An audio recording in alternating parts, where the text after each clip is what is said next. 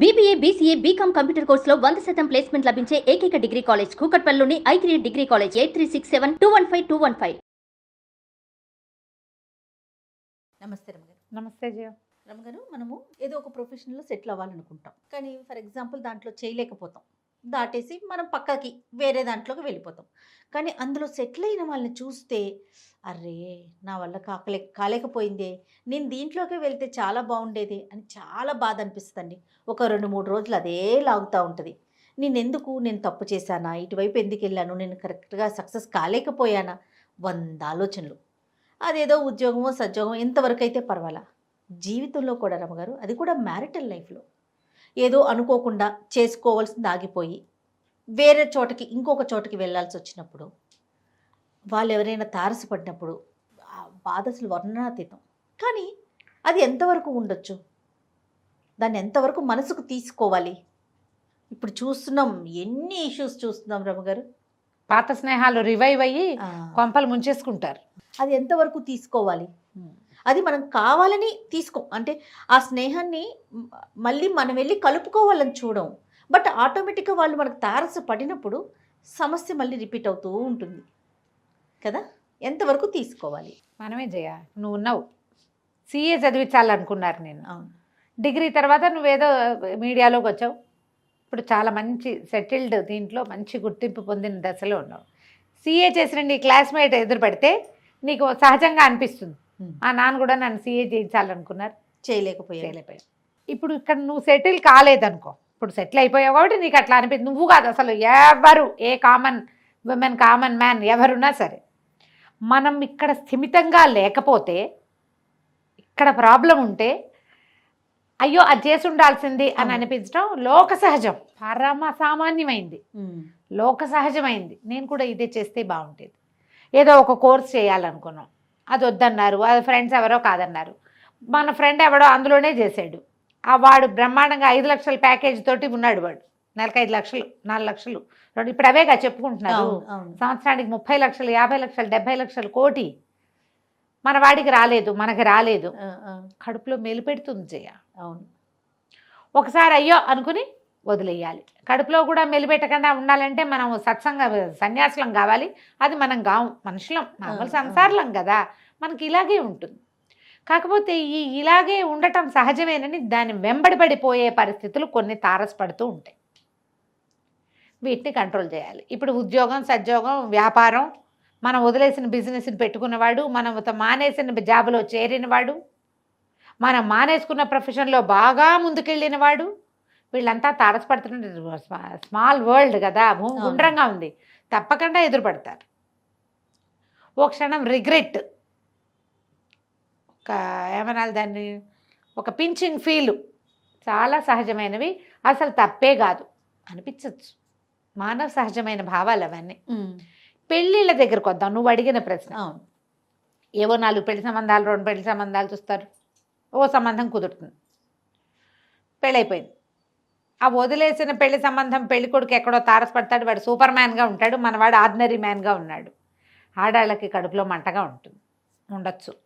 అబ్బాయిలకి ఓ 2 3 girl friends ఉంటారు, ఓ girl ఫ్రెండ్ని పెళ్లి చేసుకుంటాడు, లేదా 2 3 మంచి సంబంధాలు క్లోజ్ రిలేషన్స్లో వస్తాయి, ఓ సంబంధం చేసుకుంటాడు. ఈ జీవితం బాగుండకపోతే అయ్యో దాన్ని చేసుకుని ఉండాల్సింది అనిపించటం ఒక రకం, ఒక రిగ్రెట్. అవతల వాళ్ళ జీవితం బాగుండేది, అయ్యో దీని కాకుండా దాన్ని చేసుకుంటే దాని జీవితం బాగుండేది కదా, నా వల్లే ఇది ఇలా అయిపోయిందేమో అనిపించడం ఇంకో రిగ్రెట్. అన్నీ సహజమైన విజయ. ఈ రిగ్రెషన్ ఉంది చూసావా, దాని మీద పయనించటం ఉంది చూసావు, అవి కొంప ముంచుతాయి. పయనించకూడదు, దాన్ని సరిచేయటానికి పూనుకోకూడదు, దాన్ని కంటిన్యూ చేయకూడదు. ఇవాళ రేపు రోజులను మనం ఎట్లా చూస్తున్నామంటే, ఒక 10 పెళ్లి సంబంధాలు చూస్తున్నారు, 10 మంది అబ్బాయిలు అమ్మాయిలు మాట్లాడుకుంటారు, వదిలేసాం సంబంధాలు, 16వ సంబంధం చేసుకున్నాం. ఈ 15 మందిని హలో అంటూ ఉండటం ఇప్పుడు ట్రెండ్గా ఉంది జయ, అవునా కాదా నువ్వు చెప్పు? అవును రమ్మగారు, చూస్తున్నాం. 15 మంది అబ్బాయిలతోటి టచ్లో ఉంటారు, లేదా 15 మంది అమ్మాయిల్ని ఫేస్బుక్లోనో ఇన్స్టాలోనో ఇంకెక్కడో Dibba తిరుగుండంలో hello hello hi hi, నీ డ్రెస్ బాగుంది, నువ్వు బాగున్నావు, నువ్వు అక్కడికి వెళ్ళావా, నువ్వు అదేదో చేసావా అని. ఇవే కాకుండా చిన్నప్పటి నుంచి ఉన్న స్నేహాలు, intermediate 10th class crush, inter crush, degree crush, post graduation crush కూడా అయ్యాక ఉద్యోగపు క్రష్తో పెళ్లి చేసుకుంటారు సెటిల్మెంట్ దృష్ట్యా. ఈ బ్యాక్వర్డ్ క్రష్ల్లో ఎవరో ఒకళ్ళు టచ్లో ఉంటారు. అందరూ టచ్లో ఉండే మహానుభావులు కూడా వాళ్ళని ఏం చెప్పాలో వాళ్ళకి తెలియదు, అందరితోటి టచ్లో ఉంటారు. కర్మగాలి ఎవరో ఒకళ్ళిద్దరితో టచ్లోకి వెళ్ళిపోతారు. ఉండటం కాదు, ముందుకు వెళ్ళిపోవటం. ఇప్పుడు ప్రజెంట్ లివింగ్లో వీళ్ళతో పాటు ఉన్న వాళ్ళు ఉన్నారు చూసావు, వీళ్ళ పరిస్థితి వర్ణనాతీతం. అంతే కదా. ఒక్కోసారి నీ వల్లే నేను ఇలా చేయాల్సి వచ్చింది అని కూడా ఆ పార్ట్నర్ని ఆడిపోసుకునేవాళ్ళు. ఏదో తప్పు చేశామన్న గిల్ట్ తోటి హ్యాబిట్స్లోకి వెళ్ళిపోయేవాళ్ళు, పొరపాటు చేశామన్న గిల్ట్ తోటి. ఈ ప్రజెంట్ లైఫ్ని మిజరబుల్గా చేసేసుకుని ఏమీ మారని ఈ 10 ఏళ్ల 16 ఏళ్ల 20 ఏళ్ల జీవితాలు అన్నీ ముందుకెళ్ళిపోయాక ఈ రోజుల్లో ఒకటి కూడా వీళ్ళెవరూ మార్చలేరు. కానీ దాంతో ప్రస్తుతపు జీవితాన్ని మిజరబుల్గా చేసేసుకునేవాళ్ళు ఎంతమంది బలహీనమైన మనస్సు కలిగిన వాళ్ళు ప్రపంచం నిండా వాళ్ళే తెచ్చారు ఇప్పుడు. అవునండి. ఏనాడో 70s ప్రింట్ అయిన భమిడిపాటి రామగోపాలం గారిది వెన్నెల నీడ కథ.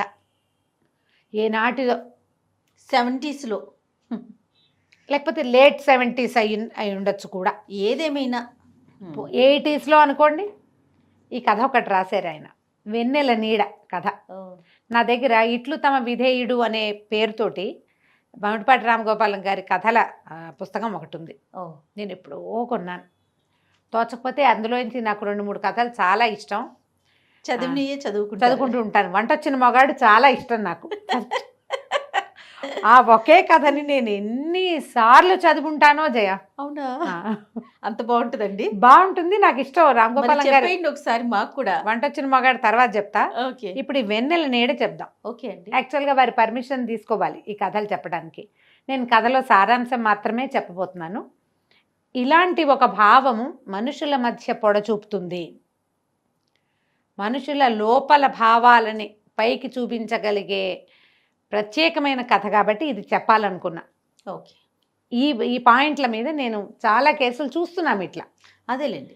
అందుకని ఇది సహజమే, ఇది అసహజం కాదు, తప్పు కాదు. దాని వెనకబడి వెళ్ళడం తప్పు. మనం పోగొట్టుకున్నది, వదిలేసింది మర్చిపోకపోయినా పర్వాలా, గుర్తున్నా ఏం కాదు.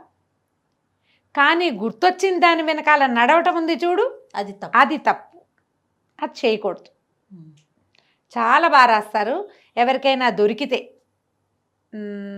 ఎక్కడ దాన్ని దొరకబట్టుకోగలరో టక్కిని నేను చెప్పలేకపోతున్నా. ఇట్లు తమ విధేయుడు రేపు బుక్ ఫెయిర్ వస్తుంది. భమిడిపాటి రామగోపాలం గారి కథలన్నీ మహా బాగుంటాయి. బుక్ ఫెయిర్లో డెఫినెట్గా దొరుకుతుంది. ఎవరు ప్రింట్ చేశారో గుర్తులేదు, పబ్లిషర్ గుర్తులేరు. ఇట్లు తమ విధేయుడు భమిడిపాటి రామగోపాలం గారి కథలు. రమగారు ఎవరు పబ్లిషర్స్ అయితే వాళ్ళ దగ్గర దొరుకుతుందా? అలా ఏముండదు. బుక్ ఫెయిర్లో చాలా చోట్ల పెడతారు. వాళ్ళ షాప్ పెడితే వాళ్ళ దాంట్లోనే ఉంటుంది. ఎవరి దగ్గర మూవ్ అయ్యి అక్కడ కూడా ఉంటుంది. ఖచ్చితంగా దొరుకుతుంది. ఈ పేరుతోటి దొరికించుకోండి. బుక్ లవర్స్ దగ్గర ఉండవలసిన పుస్తకం. చాలా బాగుంటుంది, చక్కటి శైలి. మధురాంతకం రాజారాం గారి కథలు బాగుంటాయి. ఇట్లా తర్వాత భమిడిపాటి రామగోపాలం గారి కథలు కూడా బాగుంటాయి. ఈ కథలు ఎలా చెప్తారంటే, ఒక భార్య భర్త 2 చంటి పిల్లలతోటి ట్రైన్లో వస్తూ ఉంటారు. ఆయన పేరు వెంకటేశ్వర్లు, అమ్మాయి పేరు శ్యామల. ఆవిడ 20 దాటిన 30 లోపల అమ్మాయి, 30 టచ్చో కాస్త అటు ఇటు ముందుకెళ్ళిందో అతని వయసు. అయితే వీళ్ళు ట్రైన్ ఎక్కి వస్తుంటే ఒక ఆయన చాలా అందమైన ఒక ఆయన తారసపడతాడు. శ్యామల వాళ్ళ చెల్లెలు పెళ్ళికి వెళ్ళొస్తున్నారు. వాళ్ళు 10 రోజులు సెలవు పెట్టారు. పెళ్ళిలో హడావిడంతా అయ్యాక వస్తున్నారు. తారసపడితే ఆయన ఎక్కడో చూశాను అనిపిస్తుంది అమ్మాయికి. ఎక్కడ చూసాం అనుకుంటుంది. మిమ్మల్ని ఎక్కడో చూశానంటే అప్పుడు అతను చెప్తాడు, నేను మిమ్మల్ని పెళ్లి చూపుల్లో చూడడానికి వచ్చాను అని. తీరా ఆయన డెప్యూటీ కలెక్టరు. ఈ భర్త మంచి ఆస్పర్లే వీళ్ళు. ఇతను కలెక్టర్ ఆఫీస్లో గుమస్తా. ఆ అమ్మాయి గుర్తొస్తుంది. ఈ పెళ్లి సంబంధం వచ్చినప్పుడు అతనికి ఉద్యోగం రాల. ఆ పెళ్లి కొడుకు ఆయనకి చాలా అందమైన వాడు, చక్కటి తెల్లటి బట్టలు. ఈ అమ్మాయి భర్తను కూడా చక్కటి వాడిగానే చూపిస్తారు, కానీ ఆయన మరీ అందగాడు. ఆయన ఏకంగా అరవింద్ స్వామి అనమాట. అయితే ఆ ఉద్యోగం అప్పుడు గుర్తొస్తుంది పెళ్లి చూపుల సంగతి. అన్నీ బాగున్నాయి, కానీ తండ్రి అప్పటికే డిప్యూటీ కలెక్టర్గా ఉన్నాడు. కుర్రాడు ఇంకా ఐఏఎస్కి ప్రిపేర్ అవుతున్నాడో వెళ్ళబోతున్నాడు. అప్పట్లో పెళ్ళిళ్ళు ఏముంది, డిగ్రీలు అవగానే చేసేసేవాళ్ళు. అవునుగా. ఆ పేరెంట్స్తో బరువు మీదే పెళ్లి చేసేవాళ్ళు పాత రోజుల్లో. 70లో కూడా జరిగేవి, 80లో కూడా అట్లా. కానీ ఇంకా ఉద్యోగం రాలేదు కాబట్టి వీళ్ళు వెనక్కి తీశారు. మీ ఇష్టం వచ్చినట్టు ఏడవండి, నేను ఈయన్నే చేసుకుంటా అని చాలా గొడవ పెట్టాలని అమ్మాయికి అనిపించదు, ఆయన అంత అందంగా ఉన్నాడు కాబట్టి. కానీ కుదరలా. నాయన మా పిల్ల పెళ్లి చూసి చచ్చిపోవాలనుకుంటుంది. ఇంకో ఏడాది ఆగితే ఆయన కానీ అతను సెటిల్ అవ్వడు. అందుకని ఆ సంబంధం మానేసి ఇంకో సంబంధం కుదిర్చారు. ఈ అమ్మాయికి గుర్తొచ్చింది. ఆవిడ కళ్ళు మెరిసిపోయినాయి. ఎంత సంతోషం వచ్చేసిందో. ఆయన ఏదో ఫ్రెండ్ లాగా అనిపించాడు. భార్యలో ఉన్న ఈ చిన్న దాన్ని, ఈ కలవరాన్ని భర్త గమనిస్తాడు, కానీ ఆయన చూసి చూడనట్టు ఊరుకుంటాడు. ఆయన డిప్యూటీ కలెక్టర్ అని అదని తెలిసిపోయింది. చెప్పాడు ఆయన, ఎక్కడికో అక్కడ వెళ్తున్నాను, జాయిన్ అవ్వడానికి వెళ్తున్నానని చెప్పాడు. ఇతనేమో నేను కూడా కలెక్టర్ ఆఫీస్లో ఏదో ఉద్యోగం అండి అన్నాడు. అతను నిద్ర పట్టింది, ఈవిడికి కలత నిద్ర, అతను ఎప్పుడో దిగేశాడు. లేదా అతను నిద్రపోతున్నాడు, వీళ్ళు దిగేశారు. అయ్యో చెప్పకుండా దిగేసామే అని చాలా చింతించింది. కానీ ఆయన మీదే ఆలోచించుకుంటూ ఉంటుంది. భర్తను అడుగుతుంది, ఏమంటే కలెక్టర్ అవ్వాలంటే ఏం చేయాలండి అని. ఈయన ఆశ్చర్యపోయాడు. ఏమిటి, ఎవరి గురించి అయినా అంత ఆలోచించే రకం కాదు ఈ అమ్మాయి. బుద్ధి ఎలా అయిపోయింది. ఆయన సౌందర్యము, ఉద్యోగము. అడిగితే ఈయన ఏమంటాడు, ఏదో చూస్తారు, ఒట్టిగా చదివే కాదు, ఎంఏ అది ఉండాలనుకుంటా.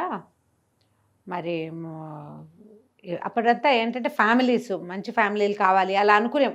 70లలో ఇలాంటి ఐడియాస్ ఉండేవట. అందరూ ఐఏఎస్లు అయ్యేవాళ్ళు కాదు, కుటుంబ నేపథ్యం కూడా చూస్తారని చెప్పాడు. ఆలోచించుకుంటూ ఇల్లు చేరారు. ఇంతలో ఏదో కాస్త ఆయన మీదే ఉంది మనసు ఈ అమ్మాయికి. ఇంటిలో వాకిట్లో దిగారు. నీళ్లు పెట్టమన్నాడు. బాయిలర్లు వెలిగించడము అవి కనపడతాయి. హోటల్కి వెళ్ళి క్యారేజీ పట్టించుకొస్తా అన్నాడు. చీకటి పడిపోయింది రాత్రి. నువ్వు వెళ్ళి పక్కలేయి అని చెప్పాడు. సరే క్యారేజీ వస్తే ఇంతలో ఏమైంది, జవాన్ ఒకడు తలుపు కొట్టాడు కలెక్టర్ ఆఫీస్ నుంచి. తెల్లవారే రమ్మన్నారనేసరికి ఈ అమ్మాయికి ఒళ్ళు మండిపోయింది. ఇంకేముంది, ఉద్యోగం పిలవడానికి వచ్చేసారని విసుక్కుంది. ఆ అమ్మాయి అలా విసుక్కోవటం అతనికి ఏం కొత్త కాదు, తెలుసు. ఈ ఆఫీసుల్లో కలెక్టర్ గారు ఎప్పుడు వెళ్ళదలుచుకుంటే అప్పుడు మొత్తం గుంపంతా ఆయన వెనకాల వెళ్ళటం. ఇతనేమో స్టెనోగ్రాఫర్ కూడా ఈ అమ్మాయి భర్త. అవసరమైతే ఏదైనా షార్ట్ హ్యాండ్ నోటీస్ తీసుకోవడం కోసం ఈయన్ని నోట్ చేసుకోవడానికి ఇతన్ని వాడడము అవి ఉన్నాయి. ఈ రాత్రిళ్ళు ఎప్పుడైనా జమాబందీలు అవి ఉంటే అప్పుడు అంతా వ్యవహారాలు వేరేగా ఉంటాయి కదా. అప్పుడు ఇతను లేట్గా వస్తే ఏంటి వీళ్ళకి పెళ్ళిళ్ళు కాలేదా, పెళ్ళాలు లేరా, ఎప్పుడు ఏమిటి ఉద్యోగం అని విసుక్కునేది. ఆఫీస్లో కూడా తెలిసింది ఈ అమ్మాయి ఇలా విసుక్కుంటుందని అదని. కానీ ఈయనకి ఈ మాట అర్థం కాల. ఏంటి ఇట్లా ఉంది, ఇంత మాట, ఇంకేముంది నీ ఉద్యోగం అంటే గుమాస్తా ఉద్యోగం ఇంతే కదా, అది సెంటెన్స్ భావం. ఆయనకు అర్థమైంది. కానీ ఆ రైల్లో తారసపడిన పెద్ద మనిషి ఉద్యోగంతో తన ఉద్యోగం పోల్చుకుని అంటోందేమో అని అనుకోవడానికి ఆయనకి మనసొప్పల. కానీ అదే పాయింట్ అక్కడ. సరే రాత్రి పడుకుంటే ఇంకా అమ్మాయికి ఎంతసేపు డోలాయమానంగా మనసు అతని వైపే లాగుతూ ఉంటుంది. అది రాస్తారమ్మా, ఎట్లా మనసు ముందు వెనక అవటం. ఎంత చక్కటి భాష అంటే ఎంత బాగా రాస్తారు. నిద్ర బాగా పట్టదు. ఏమిటో అలసిపోయినట్టున్నావు అని భర్త అంటే, ఏం అలసిపోవాలి, హాయిగా నిద్రపోయా అని అతనితో కూడా పెడసరంగా మాట్లాడతాడు. అతను చాలా మంచివాడు, చాలా చక్కటివాడు, మంచి మనసున్న మనిషి. తెల్లవారి లేచేసరికల్లా ఎప్పటికీ తెల్లారైనా లేవదు, లేటుగా లేస్తుంది. లేటుగా లేచేసి చూస్తే పని మనిషి వచ్చి ఎంత నిద్రపోయావమ్మా అంటుంది. తీరా చూస్తే భర్త అప్పటికే వెళ్ళిపోయాడు. స్టవ్ వెలిగించేశాడు, బాయిలర్ వెలిగించి నీళ్ళు పోసుకున్నాడు, కొడుకు స్నానం చేయించేశాడు. 4-5 ఏళ్ల వాడికి పిల్లాడు ఆడుకుంటున్నాడు. చంటి పిల్ల అమ్మాయి పక్కలోనే ఉంది. కాఫీ కూడా కలిపి అక్కడ పెట్టేశాడు. అమ్మాయికి సిగ్గేసింది, ఏంటి నేను ఇలా బిహేవ్ చేశాను. తన ఆలోచనలో ఒక పొరపాటు ఉందని తెలిసింది. ఇన్ని 7-8 సంవత్సరాల వైవాహిక జీవితంలో ఒక్కసారి కూడా అతని మీద కంప్లైంట్ లేదు. ఎవరైనా మనిషి కనపడితే నేను ఇలా ఆలోచించచ్చా, తనకి ఆలోచన వచ్చింది. కానీ అతను సాయంత్రం అయినా ఆయన రాడు. ఎవరు భర్త రాలేదు ఆఫీస్ నుంచి. ఏమిటి పొద్దున్నే కలెక్టర్ గారు ఎక్కడికో వెళ్తాడు, తెల్లవారే రమ్మన్నారు, వెళ్ళిపోయాడు ఆయన. రాకపోయేసరికల్లా ఈయన ఏం చేసింది, ముందు వెనక ఆడి మా అమ్మాయికి భయం పట్టుకుంది.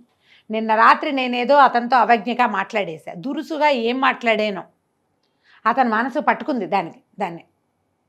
అవతల ఆయన్ని దృష్టిలో పెట్టుకునే తను మాట్లాడానని భర్తకు అర్థమైందని ఇక 4 పీక్కుంటుంది, ఆయన రాడు. హెడ్ గుమాస్తా గారిది ఇల్లు ఎదురుగుండా సందు, అదే రోడ్డు మీద అవతల ఇల్లు. అక్కడికి వెళ్ళేసరికల్లా ఆయన ఏమంటే ఈయన ఏరియాని అడిగితే బందర్ వెళ్ళిన వాళ్ళందరూ వచ్చేసారే అని ఆశ్చర్యపోయాడు. అందరినీ బందర్ తీసిపోయాడు డిప్యూటీ కలెక్టర్. రాలేదు. ఈ అమ్మాయి బిక్కమొహం వేసుకుని ఉంది. మర్నాడు రాలా, 3వ రోజు రాలా. 3వ రోజు ఆయనే వచ్చి అడిగాడు హెడ్ గుమాస్తా గారు. ఆయన వచ్చేసరికి ఈ అమ్మాయి 3 రోజుల నుంచి కంటికి మింటికి ఏకధారగా ఏడ్చుకుంటూ పిల్లలకి అన్నాలు పెడుతోంది, వంట చేసుకుంటోంది, ఇల్లు వాకిలి తుడిపించుకుంటూ ఏదో చేస్తోంది. కానీ దిగులు పుట్టేసింది. భయం కదా. భయం కదా, జీవితాన్ని పాడు చేసేసుకున్నాను నేను, తప్పు పొరపాటు. కళ్ళు మొహం పొంగిపోయి ఉండేసరికల్లా ఈయనేం అడిగాడు వచ్చి, ఈ అమ్మాయి ఏమన్నా మాట అనుకున్నారా? అసలు అట్లా చేయడే, వెంకటేశ్వర్లు చాలా బుద్ధిమంతుడు. ఏమనుకున్నారు, పెళ్ళికి వెళ్ళారు కదా, ఏమన్నా లాంఛనాల విషయంలో తగాదా వచ్చింది అంటే మరదలకి బాగా పెట్టారు, మాకు పెట్టలేదు అన్నాడు. అతను అట్లాంటి వాడు కాదు. అతను అట్లాంటి వాడు కాదని ఉద్యోగంలో ఆయన పైన ఆయనకి తెలుసు. అతను ఎట్లాంటి వాడో భార్యకి ఇంకా ఎంత బాగా తెలిసి ఉండాలి. అంతేగా. 3 రోజులు పత్తాలేడు అతను. 3వ రోజు రాత్రి తలుపు చప్పుడైంది. రిక్షా అతను మామిడి పళ్ళు పట్టుకొచ్చి లోపల పెట్టాడు. వెంకటేశ్వర కోటిప్పుతూ లోపలికి వచ్చాడు. లోపలికి వచ్చి, సారీ శ్యామల, అనుకోకుండా మా అమ్మని చూడ్డానికి వెళ్ళొచ్చాను. అమ్మ పడిపోయింది, ఆవిడ నూతిగట్టు మీద కాలు జారిపడింది, పెళ్ళి ఉత్తరం వచ్చింది కానీ ఈ పెళ్లి హడావిడి నుంచి అట్నుంచి వచ్చేటప్పుడు దిగలేకపోయాను, బందరెళ్ళే కదా అని వెళ్ళి మా అమ్మని చూసొచ్చాను అని తీరా మొహం చూసేసరికి అమ్మాయి కళ్ళు మొహం పొంగిపోయి ఏడుస్తున్నది, నిద్రలేనిది కనపడుతుంది కదా మొహం. అదేమిటి అలా అయిపోయావు నువ్వు, 3 రోజులు వండుకు చూసినట్టున్నావు పాపం అనగానే భోరుమని ఏడుస్తూ కాళ్ళు పట్టేసుకుంటుంది. క్షమించండి నన్ను, ఇందులో ఏమైంది, ఎందుకు అలా ఫీల్ అవుతున్నావు, నేనేం అనుకోలేదే అన్నాడు. అతను ఏది మనసుకు తీసుకోలే, తనకు తెలుసు కదా తను తప్పు ఏమైతా. ఇప్పుడు సెల్ఫ్ రిపెంట్, సొంతానికి రిపెంట్ అవ్వటం అనేది ఒక పాయింట్ ఉంటుంది. ఇప్పుడు అమ్మాయి మనసు అతని వైపే వెళ్తే ఈ జీవితాన్ని ఎంత మిజరబుల్గా చేసేసుకోవచ్చు. మరి నువ్వెందుకు కలెక్టర్ కావనొచ్చు, మా వాళ్ళు హాయిగా మంచి సంబంధం చేసి ఉండొచ్చు, దిక్కుమాల సంబంధం చేశారు అని అనుండొచ్చు. మొదలు పెడితే ఏముంది, ఎక్కడికైనా వెళ్ళొచ్చు, తెగేదాకా వెళ్ళిపోతుంది కదా. ఆ 70-80లలో రాయబడిన ఈ కథని ప్రతి ఆడపిల్లతోటి చదివించాలి జయ. నిజం గారు. కొంతమంది ఏం చేస్తారంటే ఈ స్నేహాలు మగవాడు పట్టించుకోకపోతే ఈ ఆడపిల్లలే వాళ్ళని కెలుకుతారు వెళ్ళి. 15 సంవత్సరాల తర్వాత ఈ పాత విషయాన్ని కలిగించటము, పాత వాటిని కంటిన్యూ చేయటము. కాలేజీ ఫ్రెండ్స్ 50 ఏళ్ళు వచ్చాక మళ్ళీ ఫ్రెండ్షిప్లు చేయడానికి చూస్తున్న కాలం తెలుసా జయ ఇది. నిజంగా కాలేజ్ ఫ్రెండ్స్ అంటే 20 ఏళ్ల వయసు ఉంటుంది, 50లు వస్తుండగా ఆ ప్రయత్నం చేయొచ్చా?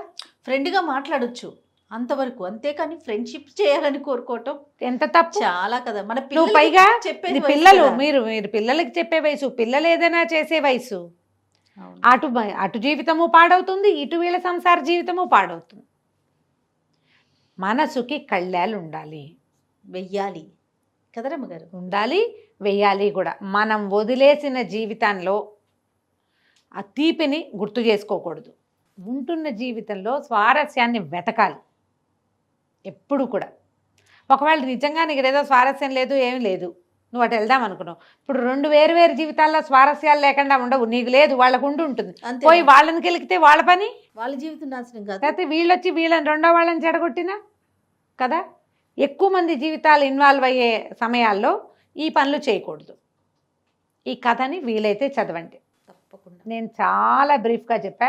మొదటి వాక్యం నుంచి చివరి వాక్యం వరకు ఒక సెంటెన్స్ కూడా వదిలిపెట్టకుండా చదివించేలాంటి శైలి ఉంది ఆయనది.